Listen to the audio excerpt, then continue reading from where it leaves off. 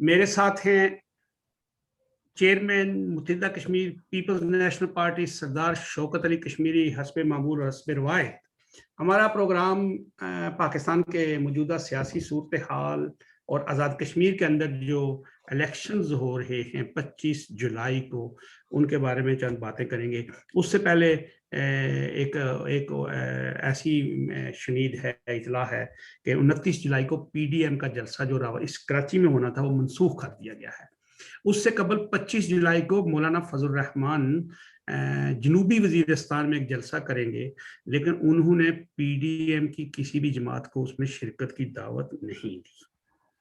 اب یہ پتہ نہیں کیا ہوگا۔ اگر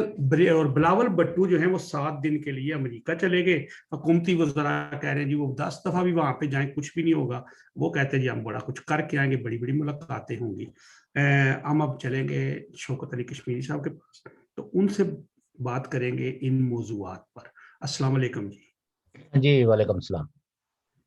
جیسا کہ آپ کو پتہ ہی ہے کہ بلاول بھٹو سب تو چلے گئے، مولانا صاحب نے وہ جلسہ منسوخ کیا، دوسرے جلسوں میں انہوں نے ان کو دعوت بھی نہیں دی۔ یہ تو پاکستان کے صورتحال ہے۔ اور آج میں نے ایک بل دیکھا کہ وہ نہیں ہے جو نئے وہ بنائے تھے انہوں نے لنگر خانے کے ساتھ پناہ خانے، جی جی اپنا گاہ کہتے ہیں ان کو،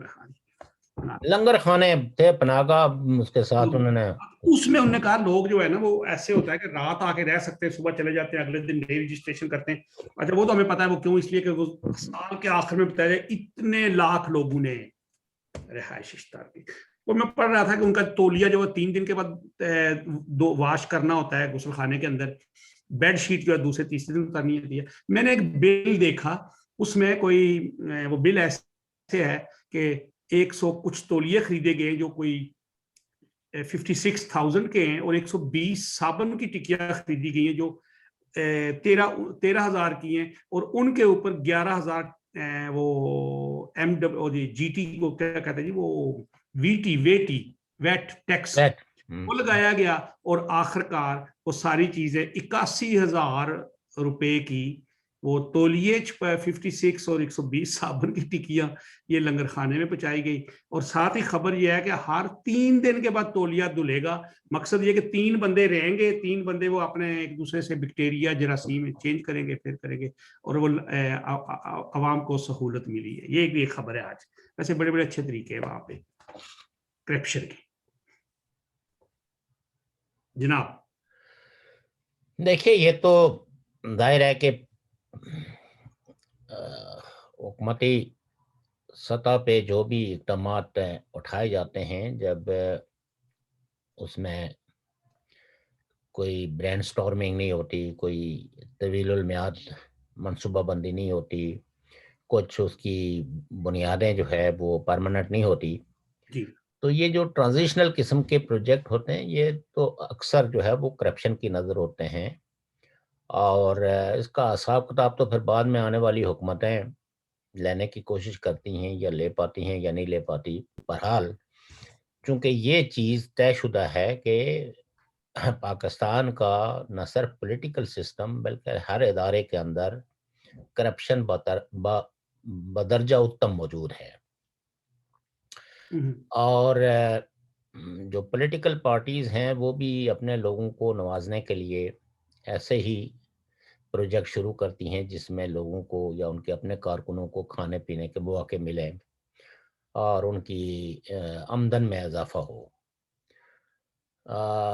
حالانکہ اس وقت بھی جو ناقدین تھے یا جن لوگوں کا حکومت کو ایک سنجیدہ اور مخلصانہ مشورہ تھا، وہ یہ تھا کہ بجائے عارضی اس طرح کے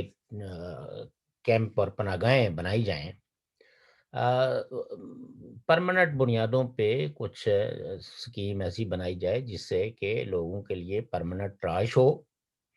اور کھانے پینے کا انتظام بھی اس طرح کا ہو کہ جو ٹرانسپیرنٹ ہو، اور ان لوگوں کو پھر کسی پروڈکٹیو سرگرمی میں ان کو شامل کیا جائے۔ جیسے فرض کریں کہ جو نان سکلڈ ورکر ہے اس کو بھی کام دیا جائے، جو سکلڈ ورکر کوئی اگر ہے جس کو روزگار نہیں ہے، پناہ نہیں ہے، تو اس کو اگر پناہ اسٹیٹ دے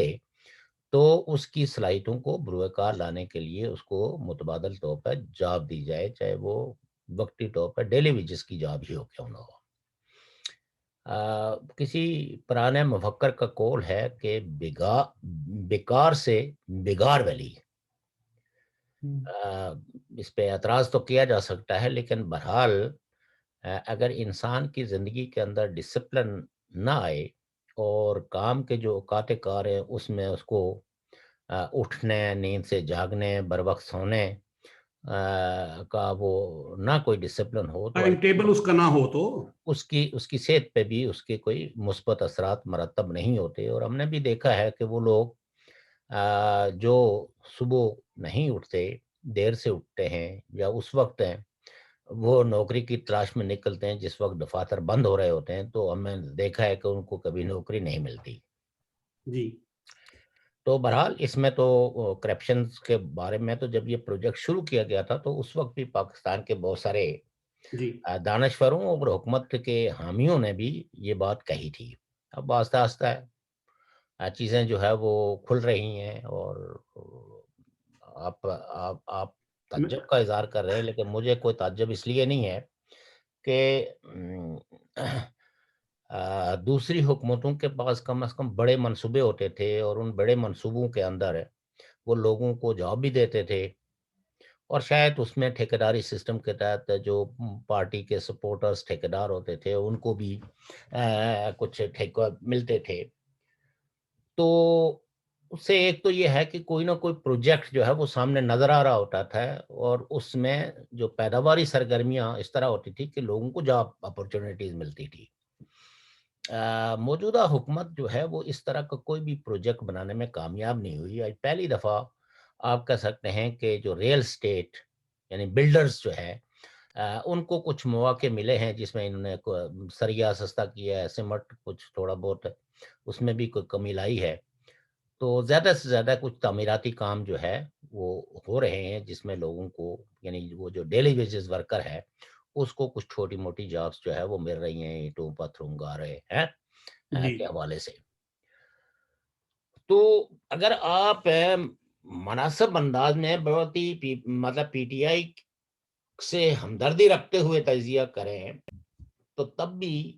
آپ پی ٹی آئی کی حکومت کو کسی قسم کا کوئی ایسا مارجن نہیں دے پائیں گے کہ انہوں نے کسی بھی فیلڈ کے اندر کوئی ایسا کام کیا ہو جس کو آپ سراہ سکیں۔ نہ تو پولیٹیکلی ریجن میں امن کے حوالے سے کوئی انہوں نے قدم اٹھایا، اور جب اسٹیبلشمنٹ نے کسی امن کی خواہش کی تو عمران خان صاحب نے اس کے خلاف بیانیہ دے دیا۔ آپ جب امریکہ اور پاکستان کی جو خارجہ پالیسی کو متوازن بنانے کے لیے کچھ اقدامات سوچے جا رہے تھے تو اس میں بھی پی ٹی آئی کی حکومت جو ہے وہ ہیروئزم کا شکار ہو گئی، اور وہ روایتی جو اینٹی امریکہ عام طور پر ہماری دائیں بازوں کی پارٹیوں کا، خاص کر کے جو ریڈیکل پارٹیاں ہیں یا بہت انتہا پسند مذہبی پارٹیاں ہیں، جو ان کا بیانیہ ہے اسی بیانیے کے ساتھ وہ کھڑے ہو گئے۔ جی ویئر ایز کہ پاکستان کی میں سمجھتا ہوں کہ جو اس وقت موجودہ جس بحران کا پاکستان شکار ہے اس میں کافی حد تک سوچ بچار کی ضرورت تھی، افغانستان کے حوالے سے بھی، امریکن تعلقات کے حوالے سے بھی، اور خاص کر کے ایران ہو گیا، افغانستان ہو گیا، انڈیا ہو گیا، چین ہو گیا، ان سارے تعلقات کو متوازن بنانے کے لیے کچھ اقدامات ایسے کرنے چاہیے تھے جو انفارچونیٹلی پاکستان کی جو شخصیات ہیروئزم کا شکار ہوتی ہیں وہ نہیں کر پاتی، بلکہ وہ ہمیشہ پاپولسٹ سلوگنز کا سہارا لیتی ہیں۔ اور آج بھی پی ٹی آئی کی جو حکومت ہے اور خاص کر کے پرائم منسٹر جو ہے وہ پاپولزم کر رہے ہیں، وہ پاکستان کے جو ریئل بحران ہیں ان بحرانوں کے مقابلے کے لیے کوئی پالیسی، کوئی حکمت عملی ترتیب دینے میں سمجھتا ہوں کہ وہ ٹوٹلی فیل ہو گئے ہیں۔ اب آپ یہ دیکھیے حال ہی میں جو آزاد کشمیر کے جو الیکشنز ہو رہے ہیں جی پاکستان کی پیری فیری، پاکستان کے ایڈمنسٹریشن کے اندر ہونا تو یہ چاہیے تھا کہ آپ نے بھارت کے خلاف تو ایک بڑا بیانیہ بنایا ہوا ہے، تو کم از کم آپ کا کردار جو ہے وہ اپنے زیر انتظام علاقوں کے اندر کوئی تھوڑا سا بہتری کا ہوتا، جس سے لوگ اگر کبھی تجزیہ کرتے تو لوگ آپ کو کوئی مارجن دیتے. لیکن آپ یہ دیکھیں کہ کچھ کچھ چیزیں تو ان کے ورثے میں، لیکن اس ورثے کو چھوڑ کر اب آپ دیکھیں کہ جب جو کشمیر افیئرس کا جو منسٹر ہوتا ہے، اس کا ذمہ عمومی طور پر جو کانسٹیٹیوشنل اس کی جو پاورز ہے وہ یہ ہوتی ہیں کہ وہ سسٹم کو سپروائز کرتا ہے، وہ لوگوں کے جو امیڈیٹ کوئی ایشوز ہوتے ہیں یا گو گریونسز جو لوکل گورنمنٹ کے ساتھ یا کوئی ایڈمنسٹریشن کے ساتھ ہوتے ہیں ان کو ریزالو کرنے میں وہ رول پلے کرتا ہے. لیکن یہ پہلی دفعہ ہے، ویسے تو پہلے جو وزیر امور کشمیر رہے ہیں انہوں نے بھی آزاد کشمیر کے معاملات میں مداخلت سے وہ کبھی باز نہیں آئے، اور پولیٹیکل پارٹیز کو آپس میں لڑانا، وہ جس کو کہتے ہیں نا تقسیم کرو اور حکومت کرو کی پالیسیاں جاری رہی ہے. اب تو جو انہوں نے بنایا ہے وزیر امور کشمیر علی امین گنڈا پور صاحب. علی امین گنڈا پور، تو اس کو وہ جو ہمارے پیپلز پارٹی کے جو چیئرمین ہیں بلاول بھٹو، وہ ان کو گندا ہاں، پور کہتے ہیں. اور اصل ان کو اردو سے ہی نہیں آتی جی. چلو ہاں مارجن دیتے ہیں کہ اردو صحیح ٹھیک نہ نہیں ہے. بولنے کی وجہ سے شاید انہوں نے گنڈا کو گندا کہہ دیا. نہیں، ویسے تو ان کو لٹا والی سرکار بھی کہتے تو ہیں. لیکن یہ ہے کہ کھلے عام پیسے انہوں نے، یعنی ایک تو بات یہ تھی کہ وہ ترقیاتی اسکیمیں یا وہ جو میرپور کا ایک پل تھا جس کی تعمیر کے لیے انہوں نے اعلان کیا تھا پہلی رٹھوڑا دفعہ ہریام برج 2019 میں کہ جی. آئندہ جب میں آؤں گا تو میں اس پل سے گزر کے آؤں گا، گاڑی چلاؤں گا. گاڑی چلا کے آؤں گا. وہی مطلب ہے. وہ پل تو تعمیر نہیں ہو سکا، وہ تو جوں کا تو ہی رہا. اور سڑک کا بہانہ کر کے، بیسیکلی وہ تو سڑک کا بہانہ میں کہوں گا. یہ وزیر امور کشمیر کے مینڈیٹ میں نہیں ہے کہ وہاں سڑک ٹوٹی ہوئی ہے یا سڑک بنی ہوئی ہے. اس کے لیے تو کشمیر افیئرز ہے، جو کشمیر کونسل ہے اس کے جو ممبران ہیں ان کو ایک فنڈ ملتا ہے جو سڑکوں کی ریپیئرنگ میں، یا وہ سڑکیں جو کسی دور میں بنی ہیں لیکن وہ پکی نہیں ہو سکی، جی تو ان کو پکا کرنے میں وہ پیسہ خرچ ہوتا ہے. لیکن یہاں تو انہوں نے الیکشن کمپین میں، چونکہ نارملی پوری دنیا کے اندر ایک روایت ہے، جی قانون ہو یا نہ ہو لیکن روایت ہے کہ جس وقت الیکشن شیڈول کا اعلان ہو جاتا ہے تو اس وقت ترقیاتی مد میں کسی قسم کی کوئی سکیم جو ہے وہ اناؤنس کرنا، یہ اخلاقی طور پر یعنی الیکشن نارمز کے بالکل خلاف ہے. یہ الیکشن جی. یہ پری پول رنگنگ میں آتا ہے. تو علی امین گنڈا پور صاحب جو ہے وہ چونکہ ویسے بھی آزاد کشمیر کو لوگ وزیر امور کشمیر کو واسرائے کشمیر کہتے ہیں، جی تو انہوں نے واقعی واسرائے والا ہی رول اختیار کیا اور وہاں کھڑے ہو کے تو انہوں نے 5 لاکھ یوں پھینکا جیسے لوگ یتیموں کو، بے سہاروں کو، محتاجوں کو دیتے ہیں. تو انہوں نے کہا یہ 5 لاکھ روپیہ لے لیں اور میں اس کے بعد اور 5 لاکھ بھی آپ کو دوں گا، تو یہ ساری جو چھوٹے موٹے کام ہیں یہ کروائیں، تو اس کے بعد اور بھی پیسے آپ کو دیے جائیں گے، البتہ پی ٹی آئی کے کینڈیڈیٹ کو ووٹ دیں. تو یہ تو ایک طرح کی کھلے عام ووٹوں کی خرید و فروخت ہے. اور پاکستان یا آزاد کشمیر کا کوئی بھی ادارہ، خاص کر کے election commission is unable to take any cognizance against this open bribes جو ووٹوں کی خرید و فروخت میں وہ ہے. ہم ہسٹورینز جو ہیں ان کا موقف ہے کہ ایک جلگار ہوئی تھی ریاست جموں کشمیر پہ 22 اکتوبر 1948 کو، جی وہ ود اسلحہ تھی. جی جی اور اس جلگار کا بھی مقصد جو ہے وہ سبجوگیٹ کرنا تھا کشمیر کو اور لینڈ کو انیکس کرنا تھا پاکستان کے ساتھ. موجودہ بھی جو قافلے جو پاکستان سے آزاد کشمیر کے الیکشن میں جا رہے ہیں یہ بھی ایک طرح کا حملہ ہے اس چھوٹے سے خطے کے تشخص کے خلاف، اس کی شناخت کے خلاف، اس کی جمہوری آدرشوں کے خلاف، اس کی نارمز کے خلاف. اور آپ نے دیکھا ہوگا کہ چونکہ اس سے پہلے جو مختلف جو آزاد کشمیر کے عہدوں پہ رہے ہیں، انہوں نے اس خدشے کا اظہار کیا تھا، جس میں موجودہ پرائم منسٹر جو ہے، جو فاروق حیدر ہے، جی ان نے کہا تھا کہ شاید میں آخری پرائم منسٹر ہوں. وہ تو ابھی بھی کہہ رہے ہیں.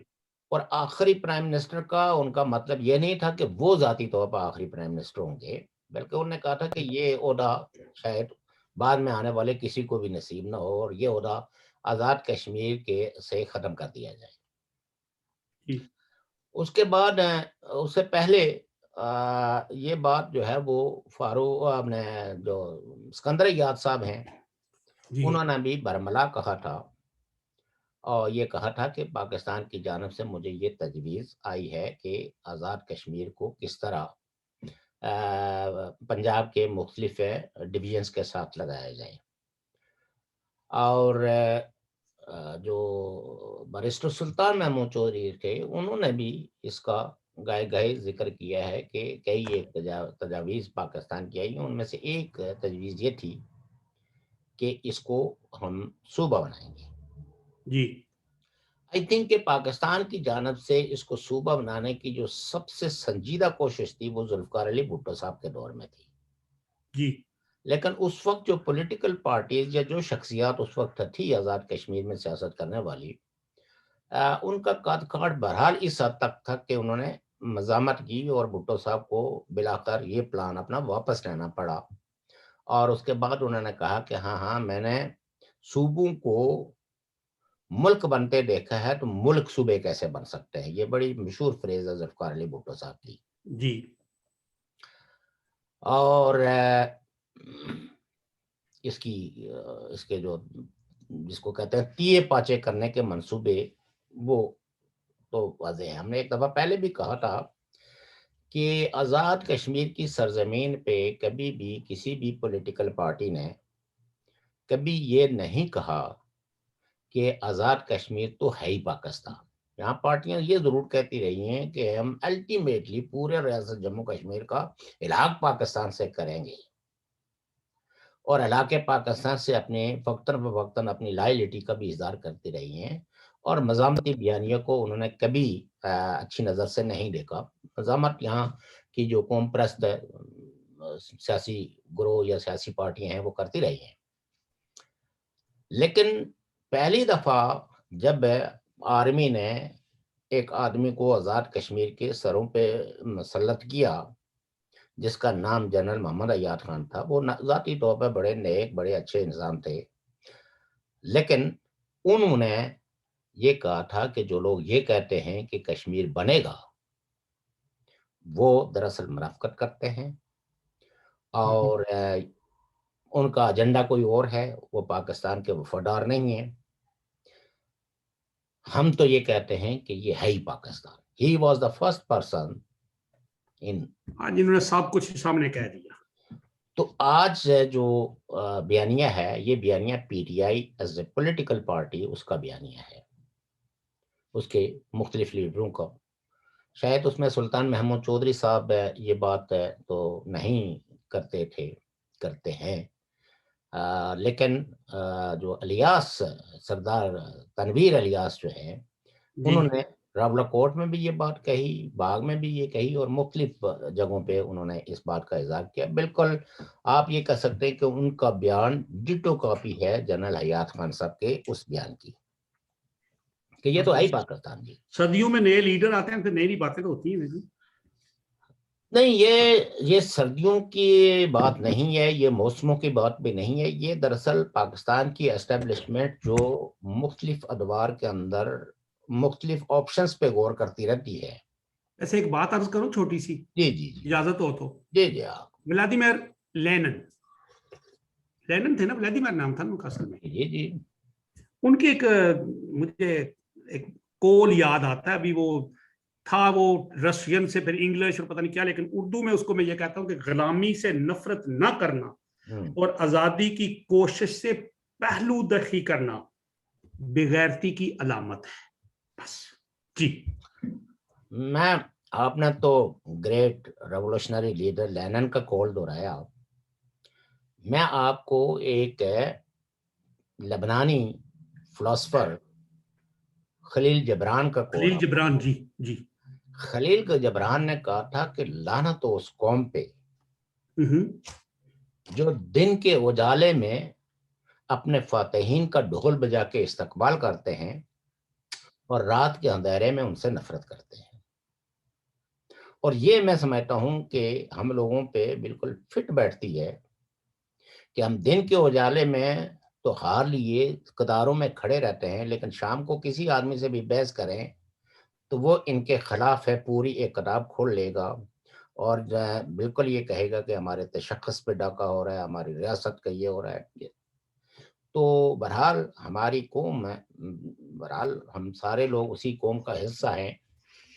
کوئی ٹھیک سوچتا ہے، کوئی ٹھیک نہیں سوچتا، لیکن اندر اور باہر نہیں ہے نا ایک جیسا. وہ کہتے ہیں نا دو چار نہیں، مجھ کو فقط ایک دکھا دو. وہ شخص جو اندر سے بھی باہر کی طرح ہو، وہ مشکل ہے نا. تو بات یہ ہے کہ یہ بھی ایک طرح کی یلغار ہے.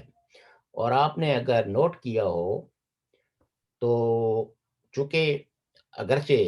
نون لیگ آزاد کشمیر کی اس وقت حکمران جماعت ہے، پاکستان میں تو ایک بڑی اپوزیشن جماعت ہے، بلکہ سب سے بڑی جی جی. پارٹی سمجھی جاتی ہے اور پاپولر بھی ہے، لیکن آزاد کشمیر میں وہ حکمران جماعت ہے. اور ان کا جو لیڈر آزاد کشمیر میں ہے وہ فاروق حیدر ہے. فاروق بالکل. حیدر صاحب نے متعدد مرتبہ اس وعدے کو بھی اور اس عزم کو بھی دہرایا کہ میری زندگی میں کوئی اس کو صوبہ نہیں بنا سکتا. اور لوگوں کی بھی بڑی تعداد میں محترمہ مریم نواز صاحبہ کے جو استقبال کے لیے لوگ جمع ہوئے ہیں، جی. ان کا استقبال کیا، ان کے زندہ باد کے نعرے لگائے، لیکن ساتھ میں جو پیغام ان کو دیا وہ یہ دیا کہ بچہ بچہ کٹ مرے گا، کشمیر صوبہ نہیں بنے. نہیں بنے. اور انہوں نے بھی نعرہ لگایا پھر ساتھ اور پھر محترمہ کو بھی میں کہہ سکتا ہوں کہ ان کے لگانا پڑا. جمہوری رویے نہیں لگانا نہیں پڑا، اچھا. ان کے بھی جمہوری رویے کی یہ تھی کہ عوام کے احساسات اور جذبات کو انہوں نے ریسپریکیٹ کیا اور انہوں نے کہا کہ یہ صوبہ نہیں بنے گا، ہمارے ہوتے ہوئے کوئی اس کو صوبہ نہیں بنا سکتا. یہ تحریک آزادی اور ریاست جموں کشمیر کے ساتھ یہ ایک جسم ہے اور اس جسم کو اس ریاست سے الگ نہیں کیا جا سکتا. اللہ کرے جی، ایسے ہی اللہ کرے. ٹھیک ہے، اب الیکشن ہے. میں یہ سمجھتا ہوں کہ ہم آئندہ جو ہے وہ باقاعدہ ڈسٹرکٹ وائز تھوڑا سا اپنا تجزیہ بھی پیش کریں گے اپنے انشاءاللہ. اپنے ناظرین جی. کی، کہ ہم دور بیٹھ کے آزاد کشمیر میں آئندہ رزلٹ کیا ہو سکتے ہیں، ممکنہ نتائج کیا نکلیں گے. تو وہ ہم ضلع باغ، میرپور، بہمبر، کوٹلی، اسی طرح پونچھ، سودنوتی، باغ، مظفر آباد اور نیلم، جی جی. ان جگہوں کے لوگوں کو ایک تجزیہ پیش کریں گے. لیکن اس تجزیے میں جو ہماری تحقیق شامل ہے وہ ہم بتائیں گے قبل از وقت کہ کیا، یعنی اگر یہ سیناریو ہو جس میں پاکستان کی جانب سے نتائج نہ بدلے جائیں تو یہ ہو سکتا ہے، اور اگر نتائج بدلے گے تو یہ نتائج ہوں گے، اور پھر اس کے ریپرکشنز کیا ہو سکتے ہیں اس پہ ویسے ایک بات پوچھ جی سکتا ہوں آپ سے؟ جی جی جی جی. کیا پوسیبل ہے کہ کوئی آر ٹی ایس وغیرہ یا کوئی، کیونکہ ہمارے ادھر علاقے میں تو بارش بھی ہو سکتی ہے، دھند بھی ہو سکتی ہے، لینڈ سلائڈنگ بھی ہو سکتی ہے، تو یہ ممکن ہے کہ ایسا؟ نہیں، وہاں آر ٹی ایس سسٹم تو نہیں، اس کے تحت نہیں الیکشن ہو رہے ہیں. وہاں تو باقاعدہ وہی ووٹ ہے پہ انگوٹھا لگانا اور بیلٹ باکس میں اس کو ڈالنا. وہ تو گننے کا مسئلہ، آر ٹی ایس کا مسئلہ جو رزلٹ پہنچاتے ہیں. ہاں، یہ جو گنے جائیں گے وہ وہیں جو جو جو پولنگ ایجنٹس کو مل جائیں گے وہ رسیدیں وغیرہ. وہاں کے الیکشن رولز ہیں اس کے مطابق جو ہے وہ پولنگ سٹیشنز پہ وومنز کا ہو یا مین کا ہو، اسی میں ووٹ گنے جائیں گے پولنگ ایجنٹوں کی موجودگی میں، اور وہ رزلٹ ان کو دیے جائیں گے اور وہ وہیں اناؤنس ہوں گے. اب گڑبڑ اصل میں ہوتی ہے بعض دفعہ یہ ہے کہ وہاں جب تک وہ رزلٹ کینڈیڈیٹ کمپائل کرتا ہے اس کے ہاتھ میں کوئی اور رزلٹ ہوتا ہے، اور بعض دفعہ پاکستان ریڈیو پاکستان سے اور پاکستان کے ٹی وی پہ کوئی اور رزلٹ اناؤنس ہو جاتا ہے۔ جی جی یہ ایک دیگر صورتحال ہے، چونکہ پاکستان میں اسٹیبلشمنٹ نتائج سے بے پرواہ ہے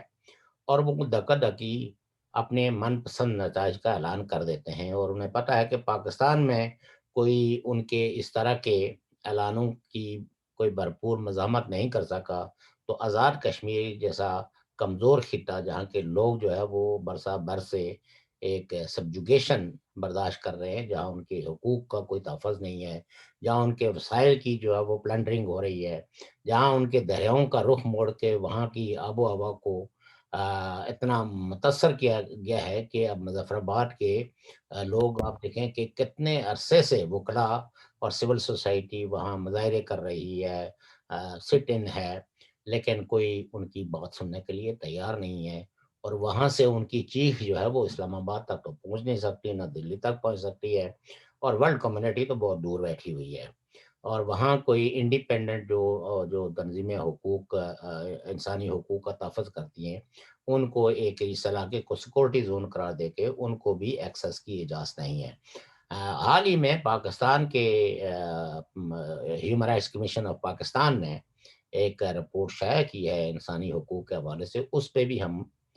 میں سمجھتا ہوں کہ کوئی آپ وقت مقرر کریں گے، اس پہ بھی گفتگو کریں گے، چونکہ بہت سیریس باتوں کو انہوں نے اپنے تجزیے اپنی رپورٹس میں شامل کیا ہے۔ وہ جالب مرحوم کا ایک وہ نظم تھی، مجھے وہ ساری تو نہیں آتی، ایک وہ دو شعر تھے مجھے یاد، آج میں نے ایسے کیا، وہ کہتے ہیں ڈرتے ہیں بندوق والے ایک نہتی لڑکی سے، پھیلے ہیں ہمت کے اجالے ایک نہتی لڑکی سے، وہی حالات سے ہیں فقیروں، وہی حالات سے فقیروں کے دن پھرے ہیں فقط وزیروں کے، گندم امیر شہر کی ہوتی رہی خراب، بیٹی کسی غریب کی فاقہ سے مر گئی۔ ابھی تو وہاں پہ میں نے ایک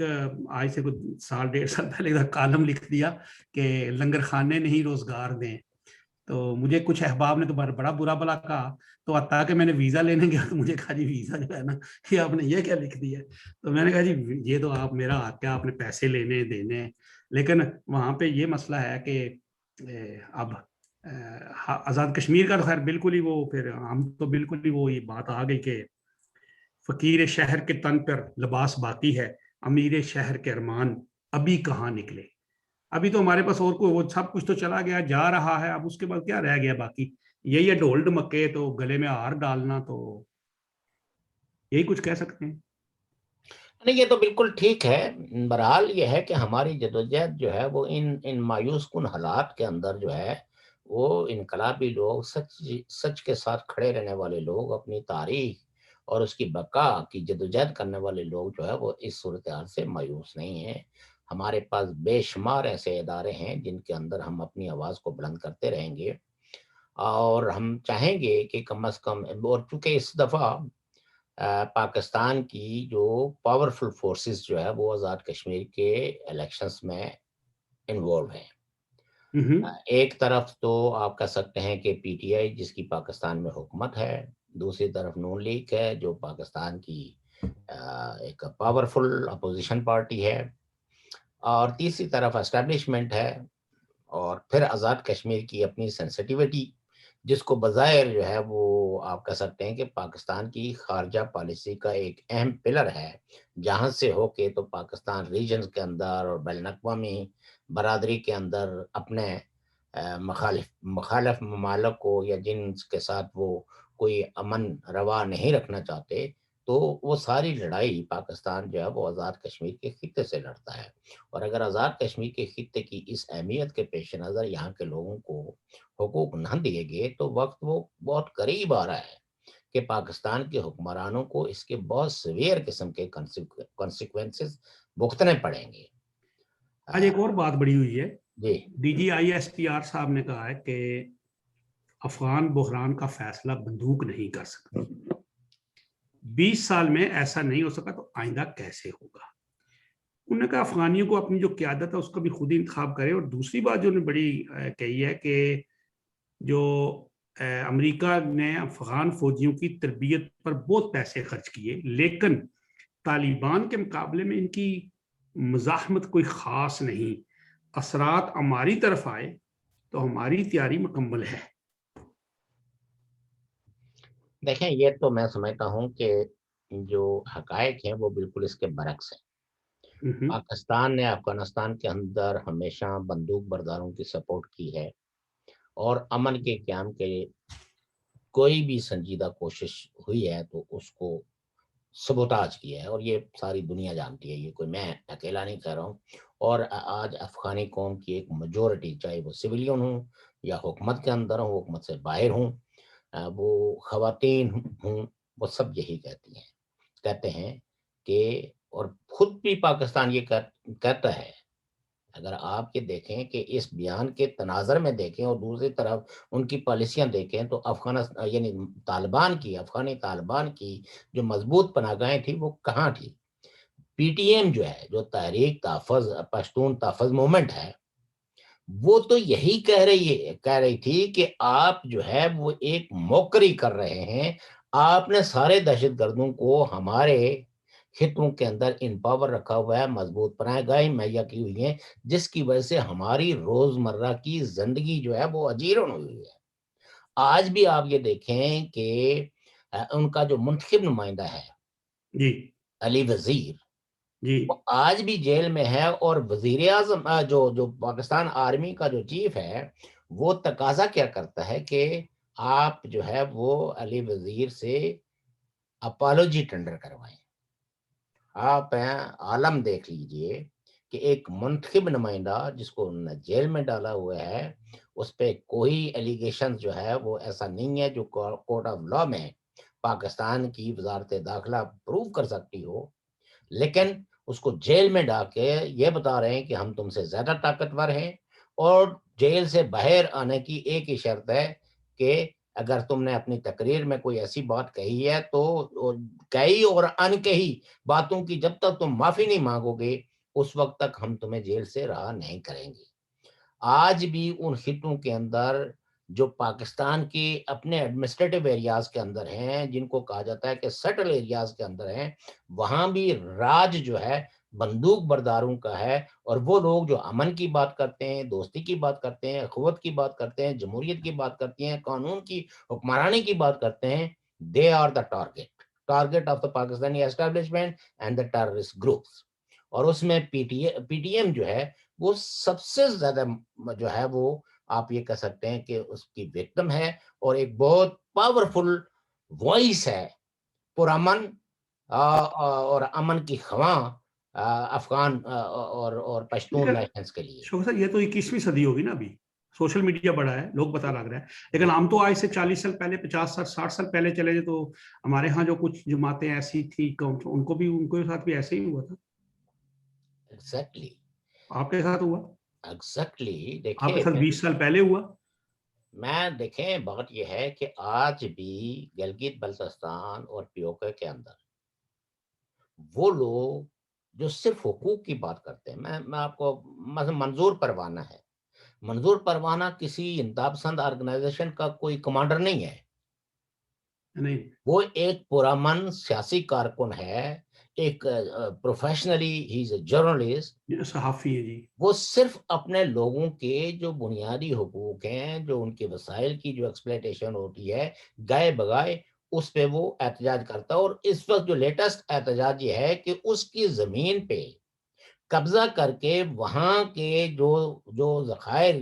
جن کا وہ مالک ہے اس پہ اس نے پروٹیسٹ کیا، اس کی بنیاد پہ اس کو گرفتار کر کے اس کو غائب کیا ہوا ہے. اس وقت تک اس کے ورثاء کو اس کے ویئر اباؤٹس کا نہیں پتا. اسی طرح میں بار بار کہتا ہوں کہ کم از کم جو ہے 24 پولیٹیکل ایکٹیوسٹ ایسے ہیں جن کو شیڈول 4 میں رکھ کے ان کی جو فریڈم آف موومنٹ ہے اس کو ٹوٹلی کٹیل کر کے رکھا ہوا ہے، اور وہ اپنے گھر سے باہر نہیں جا سکتے. اب آپ دیکھیے کہ اس 21ویں صدی کے اندر آپ لوگوں کو ایک مخصوص علاقہ جہاں کے لوگ جو ہے وہ نسبتاً سہولتوں سے محروم ہیں، جہاں قانون کی جو حکمرانی نہیں ہے، جہاں دہشت گرد دن دناتے پھرتے ہیں،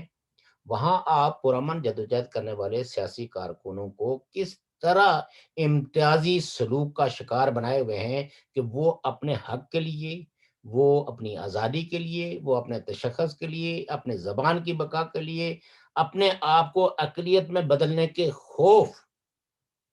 پر اظہار خیال بھی نہیں کر سکتے۔ یہ زور زبردستی سے جو اپنا لائل بنانے کی کوشش ہے، یہی کوششیں جو ہے نا وہ بنگال میں ہوتی رہی ہیں کہ ہم تمہیں رائٹس تو نہیں دیں گے لیکن ہمارا ہمیشہ وفادار رہنا پڑے گا۔ تو الٹیمیٹلی ان بنگالیوں نے، آپ کے سامنے کی بات ہے کہ ایک آزاد اور خود مختار بنگلہ دیش بنا لیا، اور پاکستان آرمی جو یہ سمجھتی تھی کہ یہ 4 فٹ کے بنگالی ہمارا کیا بگاڑ سکتے ہیں، اس کے فوج کو انہوں نے جو ہے وہ ہتھیار ڈالنے پہ مجبور کر دیا۔ یہ جو عمومی طور پر کبھی انڈین بڑک مارتے ہیں تو کبھی پاکستانی یہ کہتے ہیں کہ وہ جی ہم نے تو مفتی بہانی نے نہیں یہ کیا، بنگالیوں نے نہیں کیا بلکہ انڈیا نے۔ میں تو یہ کہتا ہوں کہ انڈیا نے تو ان کے تحفظ کے لیے انٹروین کیا، ادروائز یہ بین الاقوامی برادری کو یہ خوف تھا کہ یہ جتنے لوگ ہیں ان کو مفتی بہانی جو ہے وہ ان کا قتل عام کر دے گی، وہ ان سے انتقام لے گی۔ تو اس انتقام سے بچانے کے لیے آپ یہ کہہ سکتے ہیں کہ ہندوستان کو بھیجا گیا کہ ان کو سیفلی آپ نے یہاں سے نکالنا ہے۔ حالانکہ اگر سرنڈر ان مشرقی پاکستان تو وہاں بھی کہیں رکھا جا سکتا تھا، لیکن خطرہ یہ تھا کہ بنگالی قوم پرست جو ہے وہ اپنے بہن بھائیوں کا، اپنی آبرو و عزت اور وقار کا بدلہ لیں گے، لہٰذا ان کو وہاں سے شفٹ کیا گیا انڈین کیمپوں کے اندر، انڈین سوائل کے اندر۔ تو بہرحال یہ چیزیں جو ہے چونکہ یہ وہ کہہ سکتے ہیں کہ پروپیگنڈے کے اندر یہ باتیں جو ہے لوگوں کو شاید اتنی نہ اپیل کر سکیں، لیکن حقائق یہی ہیں۔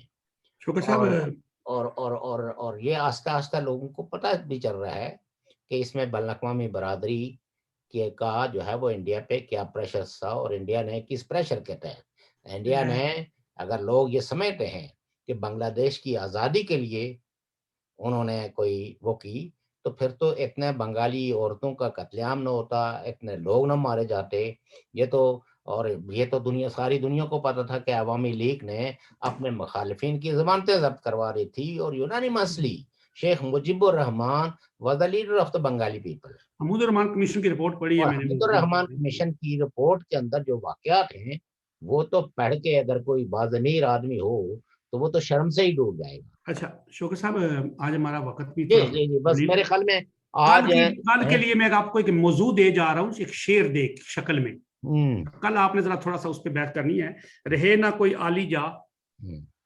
پاکستان کا مطلب کیا، لا الہ الا اللہ، اس پہ یہ بنا تھا تو ہم نے اس پہ بات کرنی ہے انشاءاللہ۔ اللہ حافظ ناظرین، کل پھر ملیں گے سردار شوکت علی وہ کشمیری۔ اس شعر کا ایک جملہ میں آپ کو اور سنا دوں، جی کھیت وڈیروں سے لے لو،